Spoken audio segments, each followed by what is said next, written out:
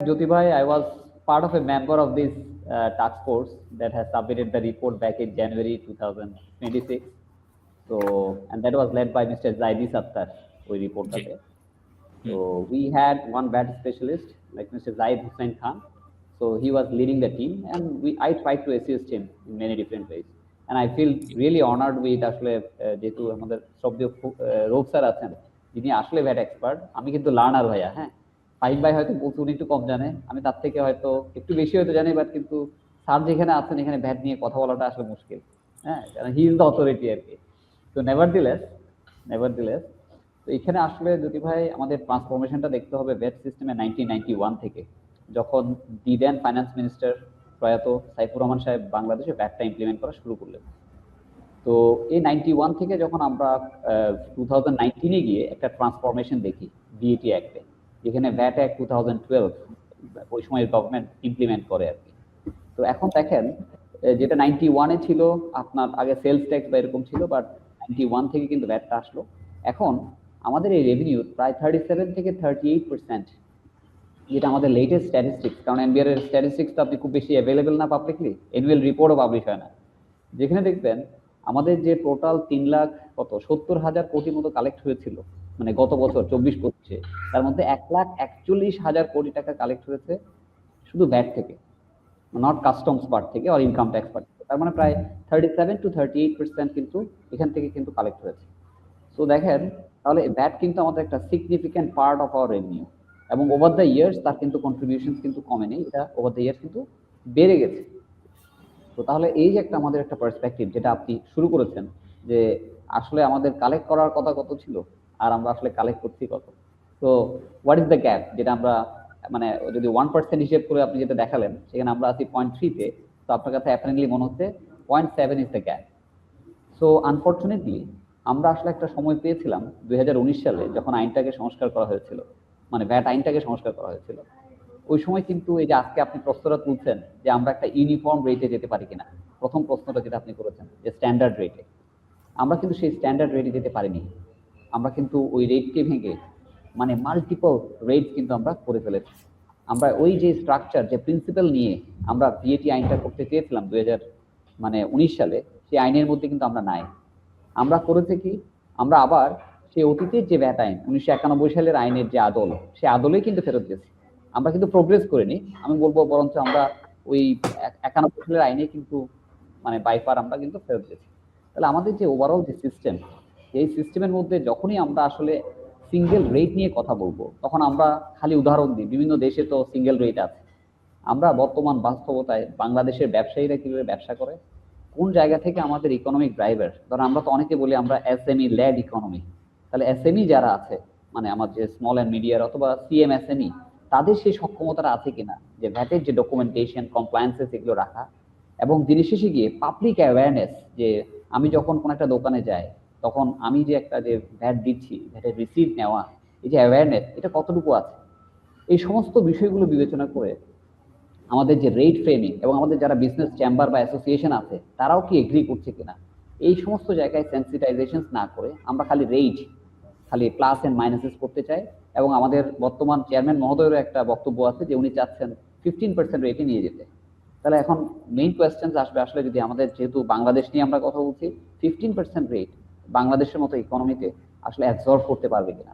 এবং এটা বুঝতে হবে যে আমাদের এখানে রেট যত বাড়ে, কালেকশন তত বাড়ে কিনা। যেটা একদম ক্লাসিক এক্সাম্পল হচ্ছে রোলসার থাকতেও কিন্তু ওই আপনার ট্রেড ব্যাট কিন্তু আপনার কত 5 থেকে প্রায় 7.5% হয়ে গেছে। আমরা জানি না আসলে স্যার যে 7.5% হওয়ার কারণে আমাদের কালেকশন বাড়ছে কিনা, নাকি আদৌ আরো কমে গেছে। কারণ এখানে আমাদের যে ভ্যাটের যে বেস ট্রানজেকশন, এই ট্রানজেকশন ট্রেসেবিলিটি এবং কমপ্লায়েন্সেস ফর দ্য বিজনেসেস, এটা এত লো লেভেলে। এখানে রেট বাড়ানো মানে আলটিমেটলি গিয়ে যারা কমপ্লায়েন্ট তারাই দেয়, যারা কমপ্লাই করছে না তাদেরকে কিন্তু আমরা নেটে আনতে পারছি না। সো যদি আমরা যাই, যদি আমরা শুরুতে রেট নিয়ে কথা বলি, তাহলে আমি মনে করি যে আমাদের এখানে আসলে সত্যিকার অর্থে থিওরিটিক্যাল স্টাডি না হয়ে প্র্যাকটিক্যাল স্টাডিটা হওয়া উচিত, যে বাংলাদেশে আসলে রেট কত হওয়া উচিত, keeping in mind the global perspective and local perspective. এবং মাল্টিপল রেট হলে, যদি মাল্টিপল রেট আমাদেরকে করতেই হয়, তাহলে মাল্টিপল রেটের মধ্যে কোন কোন জায়গায় চ্যালেঞ্জেস আছে। ধরেন আমরা যখন কথা বলি কনস্ট্রাকশনসের রেট নিয়ে, তাহলে দেখেন আজকে বর্তমানে কনস্ট্রাকশনসের রেট যদি 10 হয়, এটাকে যদি 15-তে নিয়ে যায়, তাহলে গভর্নমেন্টের কিন্তু একটা হেভি স্পেন্ডিং হবে। কারণ সব এডিপির খরচ কিন্তু 5% দিয়ে বেড়ে যাবে। এমনিতেই গভর্নমেন্ট ক্রাইসিসে আছে ফান্ড নিয়ে। আমি যদি কনস্ট্রাকশনের ভ্যাট যদি অনেক হাই করে দিই, তখন কিন্তু আপনি দিনের শেষে গিয়ে গভর্নমেন্টের কস্ট বেড়ে যাবে। বা পাবলিক ওয়েতে যদি চিন্তা করেন যে অনেকগুলো খরচ আছে যেগুলো আমরা করি, মানে ধরেন সে ফর এক্সাম্পল আমরা যদি চিন্তা করতে যাই যে আমরা সয়াবিন তেল কিনি, এসেনশিয়াল গুডস, এবং সয়াবিন তেলের উপরে যদি আপনি যদি একদম ফুল স্ট্যান্ডার্ড রেটে প্রত্যেকটা স্টেজে ভ্যাট দিতে যান, তখন কিন্তু দিনের শেষে গিয়ে কনজিউমার উপর বার্ডেন। কারণ আলটিমেটলি ভ্যাট কিন্তু ফাইম ভাই যেটা বললো আমি ভ্যাট দিই, এবং যদি ভাই ইউ কারেক্টলি সে ভ্যাট আমরা সবাই দিই। সেটা আমরা পানি কিনতে গিয়ে ভ্যাট দিচ্ছি, সাবান টুথপেস্ট যাই কিনি আমরা সবাই ভ্যাট দিই। বিজনেস আর কালেক্টর অনলি। তো এই ক্ষেত্রে আমরা মনে হয় প্রথম যে কোয়েশ্চেনটা আসতে পারে যে আসলে আমাদের রেট কত হওয়া উচিত, মানে বর্তমান বাস্তবতার প্রেক্ষিতে, এবং এই রেট অ্যাবজর্ব করার মতো ক্যাপাসিটি বাংলাদেশের বর্তমানে আছে কিনা। এবং এটাও মাথায় রাখতে হবে, আর একটু আমি ক্লু দিয়ে রাখি, যে টাকাটা আমরা বলেছি 1,41,000 কোটি টাকা, এই 1,41,000 কোটি টাকার মধ্যে 50% কাছাকাছি ভ্যাট দেয় হচ্ছে 109টা প্রতিষ্ঠান ইন এলটিও, 109টা প্রতিষ্ঠান। আর ওই 109 মধ্যে শুধু tobacco itself contributes 25% of the total revenue. মানে টোব্যাকো, মানে আমাদের যে টোব্যাকো কোম্পানিগুলো আছে, গ্যাস দেয় 11,000-এর মতো, টেলিকম দেয় বাকি 10,000-এর মতো, মেডিসিন থেকে 5,000-এর মতো আসে, আপনার ব্যাংক থেকে আসে 4,000-এর কাছাকাছি, ইলেকট্রিসিটি 1,500-এর মতো। তো আমাদের এই যে নেটটা, নেটটা এত ছোট। আমরা যখনই কথা বলতে চাই যে আমরা যদি দুটো জিনিস, আমরা যদি নেট এক্সপানশন না করি আর এক্সামশন রেশনালাইজেশনের মাধ্যমে বেস যদি না বাড়ায়, তাহলে জ্যোতি ভাই আপনি যে পেরিটির কথা বলেছেন, মানে 1 থেকে মানে আমাদের 0.3, এই জায়গায় কিন্তু রিকনসিলিয়েশনটা হবে না। এবং নেট বাড়ানো এবং বেস বাড়ানোর ক্ষেত্রে ওয়ান অফ দ্য কি ডেটারেন্ট হচ্ছে এই রেট অ্যান্ড কমপ্লায়েন্স। আমি মনে হয় একটু বেশি বলে ফেলেছি, একটু মানে রোগ স্যারের কাছ থেকে একটু শুনতে চাই। Thank you very much. যেহেতু আমাদের for the sake of time, we don't have that much of time আর কি, without much further introduction. So Fahim bhai, you have put some very specific point on the table আর কি, and thank you very much for putting all this together. তো এখানে আমি শুধু রোগ স্যারের এখান থেকে আসবো, দেন আপনার এখানে গিয়ে শেষ করবো। তো প্রথম যে জিনিসটা আছে যে what is the ideal situation. Ideal situation যেহেতু নিউজিল্যান্ড নিয়ে চিন্তা করছেন বা ডেভেলপড ইকোনমি নিয়ে চিন্তা করছেন, স্যার যে জায়গায় বক্তব্য দিচ্ছেন সেটা আমরা অ্যাকাউন্টেন্টরাও বুঝি যে আসলে ভ্যাট হয় ট্রানজ্যাকশনের উপরে। ট্রানজ্যাকশন, এই ট্রানজ্যাকশনকে যদি ট্রেস করতে না পারেন, তাহলে দেখেন আপনি যার কথা বললেন বড় কর্পোরেট, সে কিন্তু বাই ডিজাইন সে কিন্তু ডেভিয়েট করতে পারছে না। আর যারা আপনি এই যে মানে বলবেন ওনার ম্যানেজ বা এরকম ইন্ডিভিজুয়াল ম্যানেজ যারা আছে, তারা কিন্তু ম্যানিপুলেট করতে পারে। তো এই ক্ষেত্রে এক্সাম্পলস গুলো কি, আপনি যখন কোনো দেশে পেমেন্ট করতে যান, মেজরিটি জায়গায় দেখবেন সবাই কিন্তু ক্যাশলেস হয়ে গেছে। ক্যাশলেস, এই যে আপনি ইন্ডিয়ার উদাহরণ দিলেন, ইন্ডিয়া 4টা রেট নিয়ে কাজ করেছে, ইন্ডিয়া কিন্তু একটা রেটে নাই। এটা কিন্তু খুব ভালো একটা জিনিস বলেছেন, ইন্ডিয়া কিন্তু সিঙ্গেল রেট নাই, 4টা রেটে গিয়েছে। তো তার মানে দেখেন ইন্ডিয়াতে একজন ফুচকাওয়ালা বা আপনি চায়নাতেও যদি বলেন যে একজন কোকোনাট সেলার, সে যদি ডাব বিক্রি করে, you cannot pay them cash. আপনি অটোমেটিক্যালি সে কিন্তু কিছু হয়ে যাচ্ছে, সে উইপে বা আলিপেতে গিয়ে ট্রানজাকশনটা হিট করছে। দেখেন তার দেশে যদি থ্রেশহোল্ড থাকে 20 লাখ ইউয়ান বা 30 লাখ রুপি, আপনি বুঝতে পারবেন যাকে আপনি এক্সামশন দিয়েছেন সেই এক্সামশন থ্রেশহোল্ডের নিচে থাকলে তাকে কিন্তু কোনো জিএসটি ভ্যাট দিতে হচ্ছে না, এবং যারা এই থ্রেশহোল্ডের উপরে আছে তার রেভিনিউ ক্যাপচারটা কিন্তু অটোমেটিক হয়ে যাচ্ছে। আপনাকে কিন্তু ঘরে ঘরে গিয়ে রেভিনিউ ভেরিফিকেশন কিন্তু করতে হচ্ছে না। But fine by that's a long term thing, that's a long term. Cashless নিয়ে আপনারাও কাজ করতেছেন, আমরাও কাজ করতেছি, and we are quite happy যে current government is also in the right page, specially the central bank governor. ওনার সাথে কয়েকদিন আগে আমি স্পেশালি নিজে গিয়ে থ্যাঙ্কস দিয়ে আসছি যে স্যার আপনি যদি ফান্ডামেন্টাল জিনিসটা ঠিক করতে না পারেন, তাহলে যে ভ্যাট কালেকশন কমবে, এবং ভ্যাট কালেকশন যদি কমে, স্বাভাবিক প্রফিটের উপরে ট্যাক্স দিতে হয়। আপনার রেভিনিউ যদি লিকেজ হয়, আপনার ইনকামই তো ঠিক মতো আসবে না, তাহলে আপনি ট্যাক্স পাবেন কোথেকে? তো দিনের শেষে গিয়ে this one problem can cure lot of our other problem. এই জন্য লং টার্মে গিয়ে আমাদেরকে দুটি ভাই মনে রাখতে হবে, যদি ক্যাশলেস করতে পারি তাহলে হতে পারে, বাট শর্ট টার্মে ক্যাশলেস সম্ভব নয়। তাহলে শর্ট টার্মে কি করা সম্ভব? একটা উদাহরণ আপনাকে দিই। একটা ইন্ডাস্ট্রিতে, যেটা রোব স্যারও বলছেন, আমরা একটা অ্যানালাইসিস করে দেখলাম, ওই ইন্ডাস্ট্রি যে 100% মার্কেট শেয়ার আছে, ওই মার্কেট শেয়ারের মধ্যে মাত্র 7% মার্কেট শেয়ার আছে একটা কোম্পানি, একটা compliant company, multi national compliant company. সে 350 কোটি টাকা ভ্যাট দেয় জ্যোতি ভাই। তাহলে 350 কোটি টাকা ভ্যাট যদি 7%-এ দেয়, 100%-এ কত হওয়া উচিত? 5,000 কোটি টাকা। তাহলে দেখেন এই 5,000 কোটি টাকা থেকে আমি আসলে পাচ্ছি 2,500 বা 3,000 কোটি টাকা। তাহলে গ্যাপ কত?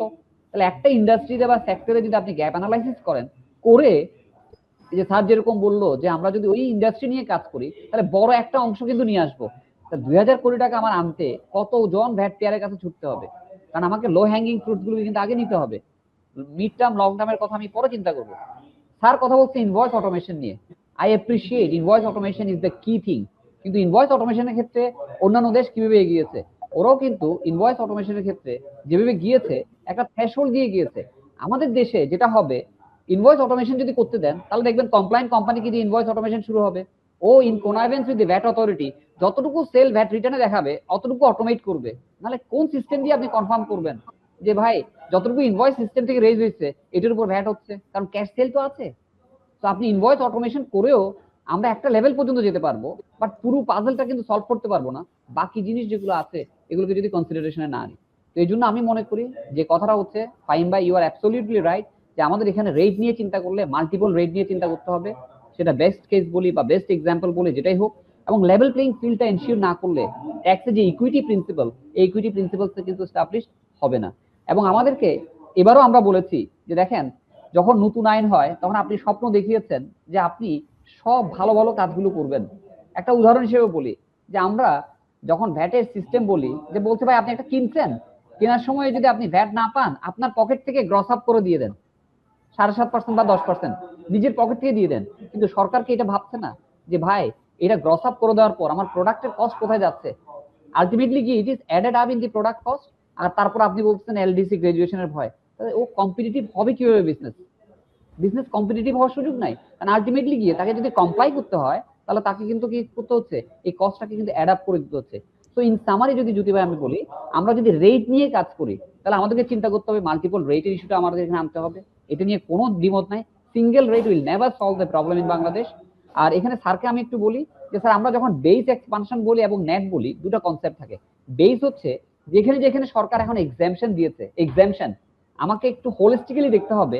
First schedule, second schedule, third schedule এবং এসআরও যা আছে সব শিডিউল এবং এসআরও দেখে সরকারের স্ট্র্যাটেজিক ওয়েতে কোন কোন জায়গায় আমাদের এক্সামশন দরকার, কোনগুলো এসেনশিয়াল আইটেম যেগুলোর উপরে ভ্যাট বসলে কস্ট সাধারণ জনগণের উপর ভারটা পড়বে, এবং যাদেরকে ইন্ডাস্ট্রির নামে আমরা অনেক প্রোটেকশন দিচ্ছি বা এক্সামশন দিচ্ছি তারা আসলে ওইভাবে পারফর্ম করছে কিনা। তারা যদি পারফর্ম যদি না করে তাহলে আমি তাকে মেইন রেটে নিয়ে যাবো, এক্সামশনে দিব না, 5% দিব না, তাকে আমি মেইন রেটে নিয়ে যাবো। একটা সানসেট ক্লজ দিয়ে দিতে হবে। আমার যদি বেস না বাড়ে, জ্যোতি ভাই 3.26% is being spent of the GDP on VAT exemption, collect করি 2.71, আমি যা কালেক্ট করি তার থেকে এক্সামশন বেশি। তাহলে যদি আমি এটাকে যদি আরবিট্রেজ হিসেবে চিন্তা করি যে তাহলে আমি সব এক্সামশন উঠাতে পারবো না, কারণ এগুলো ফান্ডামেন্টাল গুডস এর উপরে। তাহলে কোন কোন জায়গায় এই যে একটা আইডেন্টিফাই করা নন ফান্ডামেন্টাল গুডস এবং যেখানে মধ্যে আমার পলিসি সাপোর্ট দরকার নাই, সেখানে যদি আমি এক্সামশনসটা কমিয়ে দিই বেসটা বেড়ে যাবে। এবং আমি ফাইম ভাইয়ের সাথে এটা একমত যে স্যার শুধুমাত্র আমরা 109টা কোম্পানির উপর না হয়ে লেভেল প্লেইং ফিল্ড বা ইকুইটি এনশিওর করতে হবে, সেক্ষেত্রে নেট বাড়াতে হবে। এবং নেট বাড়াতে হলে ওই স্যার যেরকম বলছে জোর করে নেট বাড়ানো না, ট্রানজেকশনসকে ট্রেস করে নেট বাড়ানো, ফিজিক্যাল এনফোর্সমেন্টে যেতে হবে। ফিজিক্যাল এনফোর্সমেন্টে এই যে যারা বড় কোম্পানি দেয় এদের ফাঁকিও যে বড় হয়, আমি আরেকটা ছোট এক্সাম্পল দিই। ওই ইন্ডাস্ট্রিতে আমরা দেখলাম জানুয়ারি 2025-এর আগে ইলিসিট বা কন্ট্রাব্যান্ড এটা ছিল মাত্র 8%, আর সেটা হয়ে গেছে 13% ইলিসিট এবং কন্ট্রাব্যান্ড। কেন? কারণ রেট বাড়িয়েছে, রেট বাড়িয়ে কিন্তু ওই নন কমপ্লায়েন্ট ইন্ডাস্ট্রিগুলো আরো মোটিভেটেড হয়ে গেছে। আমাদের সেই enforcement very very poor, very poor. আমরা ঠিক জায়গায় গিয়ে হিট করতে পারছি না ইনভেস্টিগেটিভ ওয়েতে। এবং স্যার আপনাকে একটু বলি স্যার, লাফার কার্ভ নামে একটা কার্ভ আছে স্যার, এটা অনেক পুরনো কনসেপ্ট, এটা জ্যোতি ভাই জানে। এখানে কিন্তু যদি আমার ফ্রেমওয়ার্ক ঠিক থাকে, এনফোর্সমেন্ট ঠিক থাকে, তাহলে স্যার কমপ্লায়েন্স যদি যদি এনশিওর করা যায়, ওই রেট বাড়িয়ে কিন্তু স্যার ট্যাক্স কালেকশন বাড়ে না কখনো। মানে it's a theoretical concept but that has been proven across the world. তো এই জন্য আমি মনে করি আমাদের যে আইনের যে বেসিক সমস্যা, যে রেয়াতের ক্ষেত্রে, উৎসে কর্তনের ক্ষেত্রে যেখানে ফান্ডামেন্টাল প্রবলেম আছে, এগুলো সরকারকে অ্যাড্রেস করতে হবে, রেটকে অ্যাড্রেস করতে হবে, কারণ রেট না কমালে মানুষের পক্ষে আসলে এটা এই বার্ডেনটা বিয়ার করা সম্ভব না। ফাহিম ভাই যে কথাটা বলছেন, আমি যে কোনো দোকানে যাই, যে কোনো জিনিস কিনি, আমি তো ভ্যাট দিই, আমি তো ভ্যাট ছাড়া দিচ্ছি না। কিন্তু ফাহিম ভাই প্রবলেমটা হচ্ছে আপনি ভ্যাট দিচ্ছেন মনে করছেন, এই ভ্যাটটা কিন্তু গভর্নমেন্ট এক্সট্রাকারে যাচ্ছে কিনা এটা বুকে হাত দিয়ে বলতে পারবেন না, এটা বুকে হাত দিয়ে বলতে পারবেন না, কারণ আপনার 10টা দোকান আছে কেউই কমপ্লাই করতেছে না, তাহলে আপনি কেন কমপ্লাই করবেন? তখন করেন কি, এসে গিয়ে ভাই আমি যদি মানে শুধু কমপ্লায়েন্ট হই তাহলে আমি ফেজ আউট হয়ে যাব পুরো সিস্টেমের মধ্যে থেকে। তো এই জন্য আমি মনে করি এটাকে হোলিস্টিক্যালি দেখতে হবে, আইসোলেটেড গিয়ে এখানে সমাধান করা সম্ভব নয়। সরি, আমি আই ট্রাই টু বি মানে within the minutes that you have given আর কি জ্যোতি ভাই। Thank you.